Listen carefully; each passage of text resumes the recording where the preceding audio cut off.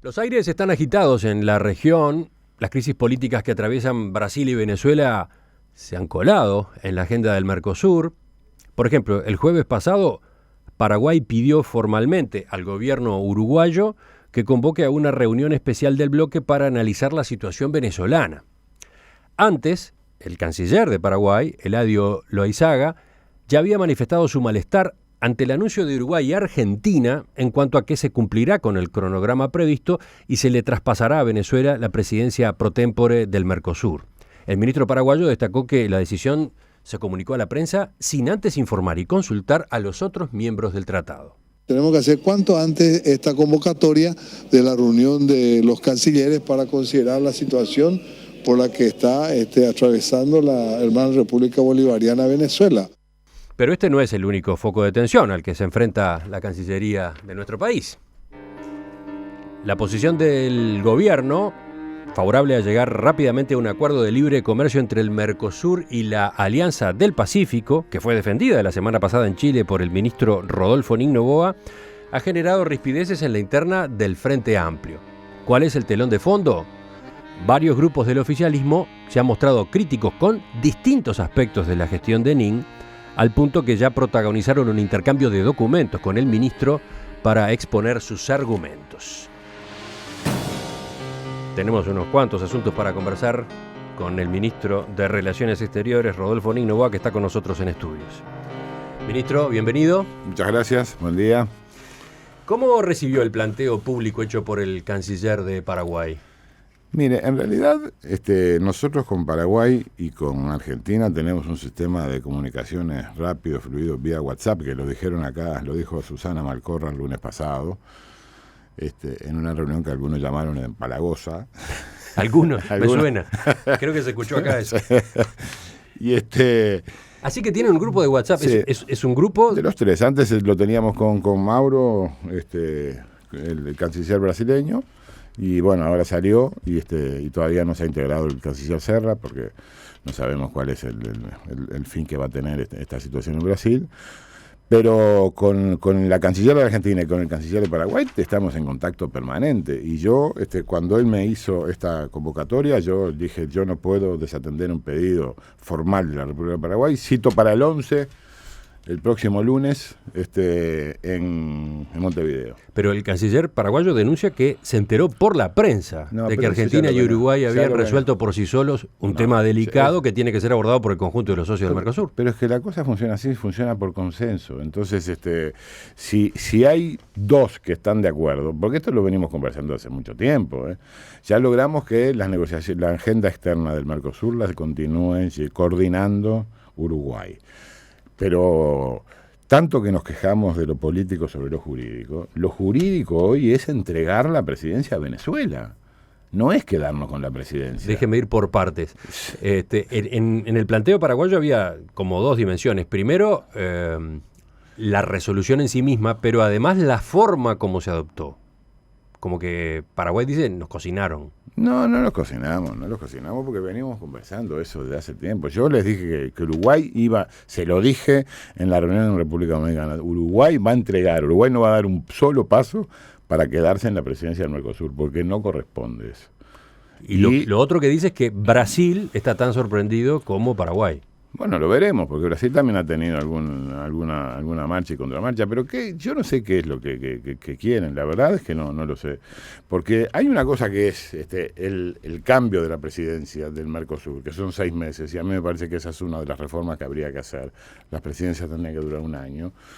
¿Por qué, entre paréntesis? Y porque en 6 meses es muy difícil concretar algo. Fíjese usted que las negociaciones con la Unión Europea decidimos que la siguiera Paraguay, que la siguiera Uruguay, porque fue Uruguay el que las comenzó. Uh-huh. Ahora, si nosotros además de que el hecho incuestionable de que Venezuela no está en esa negociación, por lo tanto no tiene ningún sentido que Venezuela vaya a negociar los productos de Uruguay, de Paraguay y de Argentina y de Brasil, cuando ella misma no está en la negociación. ¿Cómo que no está en la negociación? ¿Pues entró después? No está en la negociación, no tiene ningún no negocia con la Unión Europea, no está negociando, quedó afuera por decisión propia. En consecuencia, ese es uno de los aspectos que habría que tener en cuenta para darle cierta continuidad a las presidencias y que las mismas no fueran alteradas cada 6 meses y cambiadas y volver a empezar y cambiar los negociadores, etc. Los negociadores en general no cambian, pero las coordinaciones son muy importantes. Hay una dinámica, hay una inercia que me parece que es muy importante mantenerla. Ahí está. Ahí me explicaba usted la pregunta que yo le hacía al pasar, ¿por qué entiende que las presidencias pro tempore deberían ser más largas, no de 6 meses? Pero estaba hablando de lo que hay que cumplir, el cronograma tal cual hoy existe. Sí, el cronograma establece que cada 6 meses nosotros tenemos un acuerdo firmado con el resto de los países del Mercosur de que cada 6 meses se cambia la presidencia. Y Uruguay no va a dar un solo paso para quedarse en la presidencia, porque lo que corresponde es que lo jurídico se imponga sobre lo político. Lo político sería no darle la presidencia a Venezuela. Ahora, el argumento de fondo que maneja Loizaga es Paraguay no acepta traspasar la presidencia del bloque a un Estado donde el gobierno está buscando el cierre de un poder del Estado a través del Supremo Tribunal de Justicia. El cierre de la Asamblea Nacional, que es la voz del pueblo, dijo Loizaga. El día que lo cierre, yo me junto con Loizaga y entonces ahí sí tomamos alguna medida, pero no podemos guiarnos por cosas que presuntamente van a suceder. Hay que guiarse por los hechos efectivos que sucedan. Invoca el protocolo de Ushuaia, la cláusula democrática que el Mercosur incluye en sus estatutos. El protocolo de Ushuaia además está mal invocado. Yo no voy a discutir con mi amigo Eladio Loizaga por la radio, porque es una persona a la que aprecio y nos apreciamos mucho. Pero el protocolo de Ushuaia hay que convocar a una reunión ampliada con todos los países que firmaron ese protocolo, que son Chile, Perú, Colombia, Bolivia, y los 5 del Mercosur. O sea, casi todos menos Ecuador, me parece, ¿no? En consecuencia, ¿usted se cree que ahí va a haber consenso para tomar alguna decisión que violente el tratado? No va a haber consenso. Bueno, ese es el ámbito en el que tiene que examinarse una situación en la que se entienda que está en juego la plena vigencia de las instituciones democráticas. Eso es lo que establece el protocolo de Ushuaia. Porque la plena vigencia de las instituciones democráticas es condición esencial para el desarrollo de los procesos de integración entre los Estados parte del presente protocolo. Sí, bueno, es bastante vago eso también, es bastante vago. ¿Qué significa la plena vigencia? La plena vigencia significa que haya, que haya libertad de prensa, que haya libertad de expresión, que haya partidos políticos que funcionen, que las minorías puedan acceder al gobierno en algún momento, que haya separación de poderes. Yo no voy a calificar la democracia venezolana, porque ellos tienen una democracia, ellos llaman a su sistema democrático. Yo creo que es una democracia autoritaria, podría llamarla de esa manera, pero no hay una ruptura institucional. El día que haya una ruptura institucional veremos. ¿No debió haberse analizado hace ya tiempo en el Mercosur la situación política interna de Venezuela? Es un tema de debate constante. Bueno, pero sí, es un tema de debate constante. Usted mismo el año pasado era muy crítico con lo que estaba pasando. Recuerdo, acá mismo en una entrevista, a raíz de la existencia de presos políticos, usted llegó a hacer una comparación que provocó su polvareda con lo que los uruguayos habíamos vivido durante la dictadura. No, antes de la dictadura. Lo que habíamos vivido antes de la dictadura. Sí, hay una alteración, sin ningún lugar a dudas, hay una alteración. Pero hasta que no haya una ruptura institucional, yo creo que nosotros no debemos prejuzgar. Tratamos este tema el jueves pasado en la mesa y Antonio Mercader y Carlos Ramela sostenían que esta posición que ellos entienden es tibia, ¿cómo decirlo?, ambigua, que termina asumiendo Uruguay con respecto a Venezuela, es fruto de las presiones que el gobierno de Tabaré Vázquez sufre desde la interna del Frente Amplio, en particular de los sectores alineados con el expresidente José Mujica. Yo no creo eso. El presidente Vázquez tiene la determinación y la suficiente capacidad de dirección como para tomar decisiones más allá de las presiones que reciba. El presidente Vázquez no es un hombre que se deje presionar. Pero hubo un giro en la posición de Uruguay. ¿No se mostró el gobierno uruguayo hace unos meses más crítico, más firme con respecto a lo que estaba pasando dentro de Venezuela? No, pero cuando yo hablé de eso, hablaba también de los consensos. Usted lo recordará bien. porque esa no es la posición del Uruguay, la que salió el 14 de marzo del 2015 respecto a la situación de Venezuela con el decreto aquel que declaraba a Venezuela como un enemigo permanente de Estados Unidos y que por lo tanto tenía que aplicarle sanciones, etcétera, etcétera. Yo dije que esa no era la posición del Uruguay. La posición del Uruguay era la que yo había dicho acá, pero el consenso se logra en base a los acuerdos, precisamente. Por supuesto que nosotros estábamos muy críticos con eso, pero los consensos son los consensos, y si no se logran no hay funcionamiento, no hay declaraciones, no hay nada. ¿Qué hubiéramos preferido? Una circunstancia en la cual no hubiera habido ninguna declaración, porque hubo 2 declaraciones en aquel momento, lo recuerdo nítidamente. ¿Usted está hablando de una cumbre? Del 14 de marzo del 2015. En la cual hubo 2 declaraciones y una de ellas hablaba y se ocupaba de Venezuela, y 3 veces en los 3 párrafos que contenía la declaración se hablaba de la violación de los problemas de derechos humanos. Por lo tanto, estábamos estableciendo que allí había un problema de derechos humanos. Cuando hay una declaración sobre Uruguay, nadie se le pasa por la cabeza hablar de que hay problemas con los derechos humanos en este país. Entonces nosotros, el consenso que logramos fue ese. Ahora, como no se vota, y yo creo que había que pasar a un sistema de votación, por mayorías calificadas o alguna cosa, se saca lo que se puede. Pero, por ejemplo, ¿Uruguay entiende que en el Mercosur habría que analizar más a fondo la situación de Venezuela? Lo que pasa es que no hay consenso como para ir en esa dirección. No hay consenso para ir en esa dirección, no hay consenso. Pero en principio habría que hacerlo. Y puede ser, habría que hacerlo, quizá, pero lo que pasa es que hay tantos ámbitos. Está la UNASUR, está la OEA. Vivimos hablando de Venezuela. Nosotros tenemos muchas cosas que hacer para gobernar, la verdad. De todos modos, ahora, yendo a esta reunión que se va a convocar para el 11, que ya se ha convocado para el 11, a pedido de Paraguay. Reunión del Consejo del Mercado Común. De los países fundadores, digamos. No es el ámbito que, según el protocolo de Ushuaia, debería examinar la eventual aplicación de sanciones, en fin. Y además ya tengo problemas con esa fecha, porque cité ya algunos, tengo problemas con la fecha. Porque yo Uruguay hace meses que está tratando de... apenas Paraguay pidió una reunión, le podría leer los WhatsApp de acá. Me cuesta un poco, tardaría un poco en encontrarlos. Pero desde el momento mismo que Paraguay pide la reunión para analizar esto, nosotros empezamos a buscar fechas. Y uno no podía por tal cosa, y el otro no, y el otro mandaba al vicecanciller, y el otro, que venía la presidenta de no sé dónde, y el otro que salía de gira por no sé dónde. Entonces es muy difícil coordinar eso. Ahora yo cité para el 11, y el 11 ya hay dificultades también. De todos modos, por lo que usted mismo aclaraba, si la reunión pedida por Paraguay es esta, del Consejo del Mercado Común de los miembros fundadores, nada va a ocurrir en cuanto a eventuales consecuencias para Venezuela. Pero lo que quiere Paraguay es discutir a ver si es pertinente pasarle la presidencia pro tempore del Mercosur a Venezuela. Es eso lo que quiere. Nada más. Sí. Bueno, y yo creo, y ya Argentina y Uruguay tienen una posición clarísima. Hay que cumplir con los acuerdos y por lo tanto vamos a pasar, porque lo jurídico está por encima de lo político. Lo repito por 3ª vez. En cualquier caso, ministro, el traspaso de la presidencia pro tempore a Venezuela no va a ser en una cumbre de presidentes. No. Eso sí ya está laudado. Ya está definido. Ya está definido, no hay ninguna norma que diga que tiene que suceder en una cumbre de presidentes.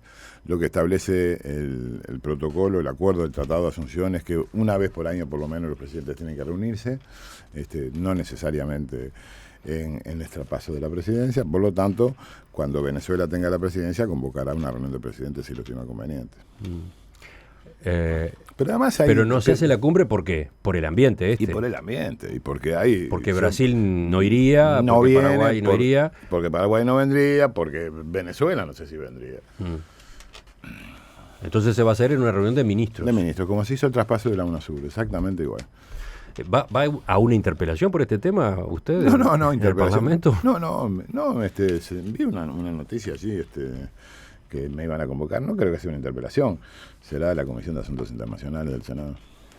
Por otro lado, mañana recibe al canciller de Brasil. Mañana recibe al canciller de Brasil. Por primera vez va a dialogar con Serra. Sí, por segunda vez, porque una vez hablé por teléfono. A los pocos días él me llamó, y bueno, quería presentarse y conversamos unos minutos y quedó en que íbamos a mantener un encuentro bilateral y lo concretamos para mañana. Bueno, tanto es así que una de las fechas que había propuesto era hacer mañana la reunión de los 4 países. y me dijeron, bueno, no, que en fin, que mañana no, porque era una bilateral, pero lo podíamos hacer después de la bilateral perfectamente. Así que hay muchas dificultades para moverse. El fin de semana que viene es el bicentenario de la independencia argentina, viernes y sábado. El lunes, no sé si va a haber posibilidades de que venga alguno. Está complicado el tema de las agendas. En este momento la canciller argentina está con el presidente Macri en Europa. Así que el tema de las fechas es un tema complejo. ¿Qué expectativas tiene con respecto al primer mano a mano con el canciller del gobierno interino de Brasil, el de Temer? Y bueno, la verdad que tengo las expectativas de poder hablar con alguien que no sé cuánto tiempo va a estar en el gobierno. Nosotros, por supuesto, que respetamos, como ya lo hemos hecho y lo hemos dicho, el proceso que llevó al apartamiento de la presidenta Dilma Rousseff de la presidencia de la República brasilera. Y hablaremos de los temas del Mercosur, hablaremos de los temas de los acuerdos internacionales, de la inserción internacional, hablaremos del tema de Venezuela, obviamente. Y trataré de convencerlo de que los protocolos y los acuerdos se han hecho para cumplirse. Y esa es la posición del Uruguay y siempre va a ser la posición del Uruguay mientras nosotros estemos al frente de la Cancillería, apoyado por el presidente de la República, obviamente. Desde el punto de vista comercial, ¿qué giro entienden ustedes puede darse con esta administración de Michel Temer en Brasil en el Mercosur? Y a mí me parece que podría haber algún grado de flexibilización en el sentido de tratar de realizar acuerdos marcos con países o grupos de países donde se pusieran los puntos de referencia que se van a negociar y donde todos estuviéramos de acuerdo, y que la negociación, si podemos ir todos juntos, tanto mejor, y si hay países que no están en condiciones de hacerlo, que le permitan a los demás avanzar.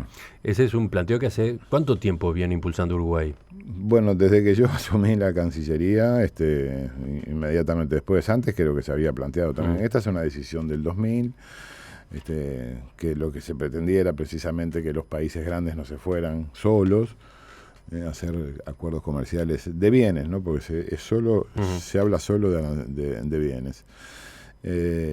Por lo tanto, la norma tiene 16 años. ¿Qué norma? La 3200, esa que impide negociar en solitario aranceles de bienes. ¿Por qué destaca que tiene 16 años? Porque me parece... ¿Estaría obsoleta? No, pero por lo menos podríamos reactualizarla, a ver si esto es así. Cuando uno mira cómo se está moviendo el mundo y que todo, y que vengo de la Alianza del Pacífico. Ahora hablamos de eso, sí, bueno, pero en general. Bueno, cómo se está moviendo el mundo a través... Todo el mundo habla de apoyar el multilateralismo, pero lo concreto es que cuando hay acciones plurilaterales y un conjunto de países se suman, nadie quiere quedar afuera tampoco, ¿no? Y en algunos casos hay una fuerte tendencia al bilateralismo. Por ejemplo, con los países que compiten con nosotros, y hablo específicamente de Australia y Nueva Zelanda, que tienen acceso a mercados que nosotros tenemos en mejores condiciones que las nuestras, porque han hecho acuerdos de libre comercio y por lo tanto venden sus productos, que son los mismos que vendemos nosotros, más baratos. Entonces, nosotros apostamos al multilateralismo, pero la realidad indica que el mundo comercial se está moviendo de otra manera. Y me parece que hay que mirar esos fenómenos, hay que tratar de adaptarse a ellos e integrarse a las cadenas de valor, abrir la economía, cuidando las sensibilidades, porque esa es otra cosa que también ya he visto que hay algún resquemor. Nadie va a abrir salvajemente la economía como para que todas aquellas empresas que no tienen capacidad de competir tengan que necesariamente cerrar, sino que habrá que buscar tiempos, plazos, ayudas, reconversiones.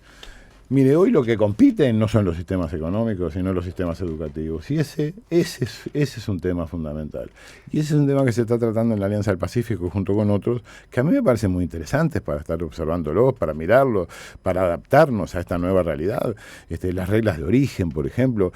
Todos los países de la cuenca del Pacífico, los 4 países que integran la Alianza del Pacífico, las reglas de origen les permiten que uno traiga lana de vicuña o de llama de Perú y arme en el sur de Chile con la lana chilena un pullover, y cuando sale es un producto chileno. ¿Se acuerda el problema que tuvimos con las bicicletas acá? Me acuerdo perfectamente. Bueno, y eso era por reglas de origen. Que se decía, bicicletas que se armaban acá. Claro, pero que decían que la mayor parte de esos componentes venían de China.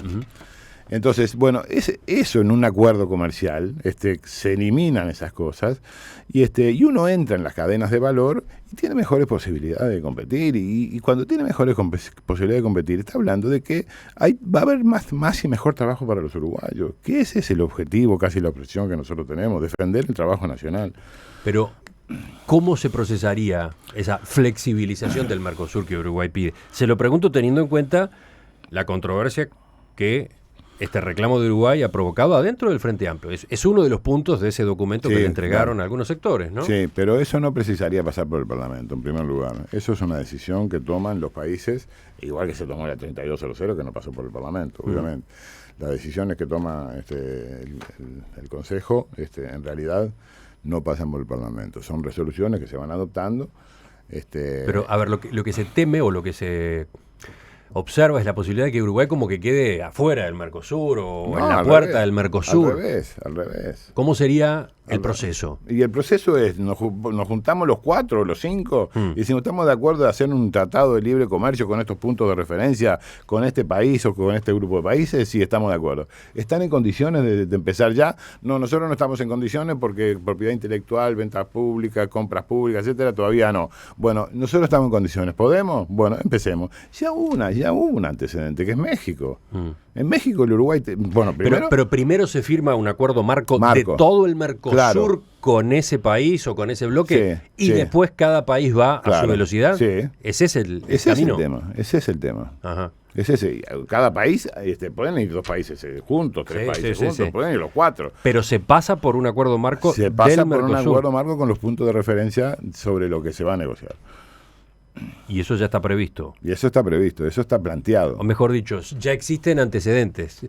¿Con qué tipo de formalidad? El caso del acuerdo con México. Y bueno, con ese tipo de formalidad precisamente, que los 4 países del Mercosur decidieron hacer un acuerdo con México, el Uruguay estaba pronto, pidió para avanzar primero que los demás, y avanzó. Y hoy están todos atrás de un acuerdo similares al del Uruguay. Ya fue Brasil, ya fue Argentina.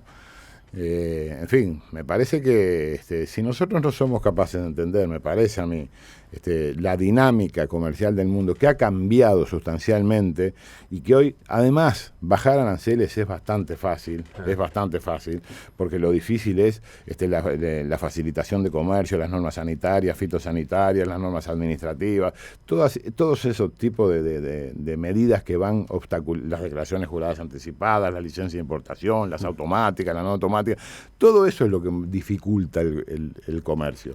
El arancel se baja, obviamente que se puede bajar, no desprecio, por supuesto, la importancia que tienen los aranceles, porque si nosotros vendiéramos, por ejemplo, si Japón nos habilitara con la carne vacuna, con vacunación, libre de lactosa con vacunación, tendríamos que pagar un arancel del 39%. Y los acuerdos que tiene firmado Japón o los que está en proceso de ratificar, como el TPP, van a hacer una rebaja de aranceles que va a terminar en un 9%. O sea que si nosotros no tenemos un acuerdo con Japón privilegiado, va a ser muy difícil que le vendamos carne por mejor que la paguen, porque va a haber otros países que van a estar en condiciones, no solamente por mejores condiciones de acceso, sino por cercanía del mercado, a competir en mejores condiciones que el Uruguay. En varios momentos, desde que usted es canciller, se habló de que esta postura de Uruguay o este pedido de Uruguay podía tener viabilidad. Aparecieron posibilidades. Y después hubo marchas atrás. Y, en definitiva, hasta ahora todo sigue ahí. Sí, que no. Esa es la verdad. Ojalá se pueda hacer algo, porque la verdad que pura negociación. Usted dice que ahora, con Macri gobernando en Argentina y con este gobierno interino en Brasil, ¿esa alternativa es más viable? ¿Es más factible? Es un poco más factible, sí. Es un poco más factible. Hay que ver cuánto dura el gobierno, cuál es el grado de duración que tiene el gobierno de Temer, y creo que con Macri es posible. ¿Cuándo se va a resolver esto? ¿Cuándo se va a tratar? No sé, no tengo una fecha específica ni una hora. Esto es permanente, estamos hablando permanentemente de todas estas cosas. Hablemos de justamente la Alianza del Pacífico, como un ejemplo en esta materia. La semana pasada usted representó a Uruguay como país observador en la cumbre de la Alianza del Pacífico en Puerto Varas, en Chile. Allí, en una de las actividades paralelas, usted declaró, según La Nación, queremos que se avancen negociaciones comerciales del Mercosur con la Alianza del Pacífico inmediatamente para romper de una vez por todas con ese imaginario segundo tratado de Tordesillas que nos separaba hasta ahora. Reveló además que el presidente Vázquez le pidió a Paraguay que se posicione como el país coordinador de esas negociaciones. Eso no es verdad. ¿Eso no es correcto? Eso no es correcto. ¿Trascendió eso? Eso no es de correcto. paso se lo pregunto. Eso no es correcto. Bueno, ¿puede explicar concretamente qué es lo que se está procesando en esta materia? Lo que usted dijo es simplemente una opinión. Y lo que yo digo es que hay posibilidad de hacer una convergencia. ¿Por qué? Porque el Uruguay tiene tratados de acuerdos de complementación económica en el marco de ALADI con los 4 países de la Alianza del Pacífico. Nosotros con Chile estamos con arancel cero en el 100% de los productos. Los 4 países son Chile, Colombia, México y Perú. Sí. Sí. Con Chile estamos con el 100% de desgravación arancelaria. Con Perú entramos en el año 17 en esa misma situación. Con Colombia estamos un poco más atrasados y con México tenemos además un tratado de libre comercio que queremos mejorarlo y profundizarlo porque es un tratado tipo Europa con contingentes, es decir, con cuotas. Nosotros tenemos cuotas de carne, cuotas de leche, cuotas de queso y queremos abrir eso, que no sea un mercado cuotificado. Por lo tanto, me parece que hay muchas posibilidades de que haya una convergencia entre el Mercosur y la Alianza del Pacífico, tal como lo han dicho todos los presidentes del Pacífico. Además, el Pacífico quiere hacer un acuerdo con el Mercosur, quiere juntarse con el Mercosur para tener mejores posibilidades de desarrollo. Y nosotros que vamos a decirle que no, ¿por qué? Porque tiene un tratado de libre comercio con Estados Unidos. Bueno, ahí vamos. Apenas se conoció este pronunciamiento suyo, aparecieron las reticencias o las discrepancias adentro del Frente Amplio.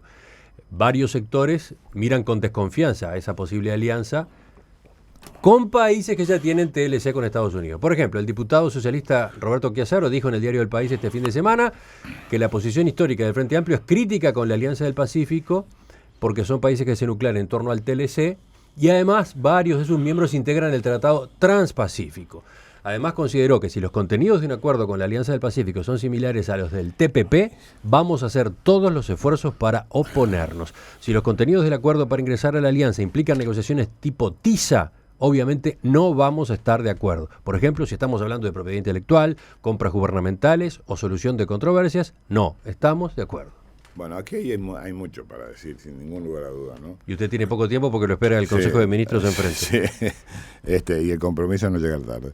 Pero hay mucha cosa para decir. La verdad es que, en primer lugar, si estábamos tan de acuerdo, si estábamos tan en desacuerdo, ¿para qué pedimos entrar como observadores en la Alianza del Pacífico en el año 2012? No lo entiendo. Pedimos para entrar y después decimos que es una porquería eso, que no lo queremos. No, la verdad que es bastante contradictorio. En segundo, observador es una categoría que permite estar al tanto, ¿no? Sí, pero todos los días son 4 países y 50 observadores. Algo debe tener atractivo, ¿no? Y algún interés debe haber para estar observando ahí. No es turismo eso. Sí, ellos destacan, los países miembros, que han logrado avances en muy corto tiempo, como por ejemplo la liberalización del 92% de los aranceles. Sí. La internacionalización o los de las mecanismos pymes, para el libre tránsito de personas, bienes y capitales. Sí, las pymes, la internacionalización de las pymes, el intercambio de estudiantil, becas, la facilitación de comercio, la armonización de normas aduaneras. Hay muchas cosas sobre discutir, pero además lo fundamental que quiero que la población sepa es que cualquier cosa de estas termina en el Parlamento. Y será el Parlamento el que diga sí o no. Pero el gobierno tiene la obligación de buscar los rumbos que le parezcan mejor para tratar de desarrollar la producción nacional. Y a nosotros nos parece que este es un camino. Si no sirve, bueno, que lo voten en contra en el Parlamento. Chiazaro dice, sería notable que más allá de los anuncios, el canciller se comunicara con el Frente Amplio y comentara los alcances de lo que está manejando. Hay una cosa que se llama Comisión de Asuntos Internacionales. Sí, yo lo sé, sí. Yo estuve en el Parlamento mucho antes que Chiazaro y sé que se llama Asuntos Internacionales. No sé qué quiso decir con eso. Pero yo he conversado con Chiazaro. Con Chiazaro estoy de acuerdo en una cosa. En que, por ejemplo, la solución de controversias no debe ser a través del CIADI. porque con el CIADI nosotros siempre tenemos problemas, porque es muy caro, porque ir al CIADI, y porque además genera mucho desprestigio, que al Uruguay lo estén por llevar al CIADI todos los años, porque lo lleva Philip Morris, porque lo lleva otra empresa de telecomunicaciones, porque lo lleva otra empresita. Primero hay que pagar $150.000 ya para entrar, y después hay que contratar un estudio de abogados extranjero con toda seguridad, que son los que manejan estas normas, que les cobran como un taxi.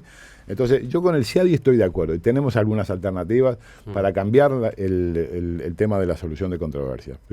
Inclusive, lo digo con toda franqueza, son propuestas que ha hecho el embajador nuestro en Estados Unidos, Carlos Gianelli, que conoce bien este tema, y que tiene hasta un librillo escrito sobre cómo podríamos hacer para imponer en nuestros tratados comerciales cómo se solucionan las controversias, sin pasar por el CIADI. Ese es un punto, dice, en el que coincide con preocupaciones de Chiazaro. Claro.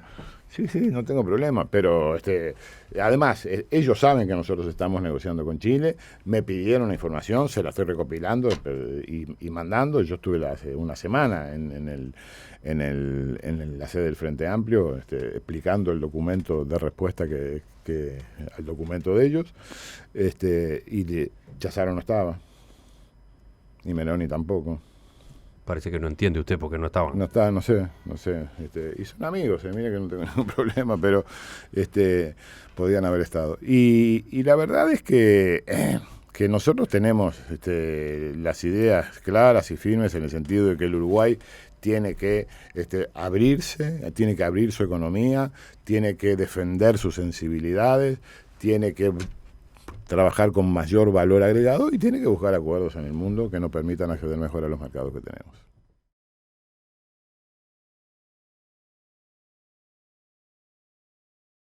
Ministro Rodolfo Nignoboa, le agradezco que nos haya acompañado esta mañana, pese a la gripe. Pese a la gripe. Porque lo noto golpeado. Muy golpeado, la verdad. Aviso a la torre ejecutiva que mandamos un ministro con fiebre, ¿no? Sí. ¿Anda con algo de fiebre? Ando. Volvemos a conversar en cualquier momento. Con mucho gusto.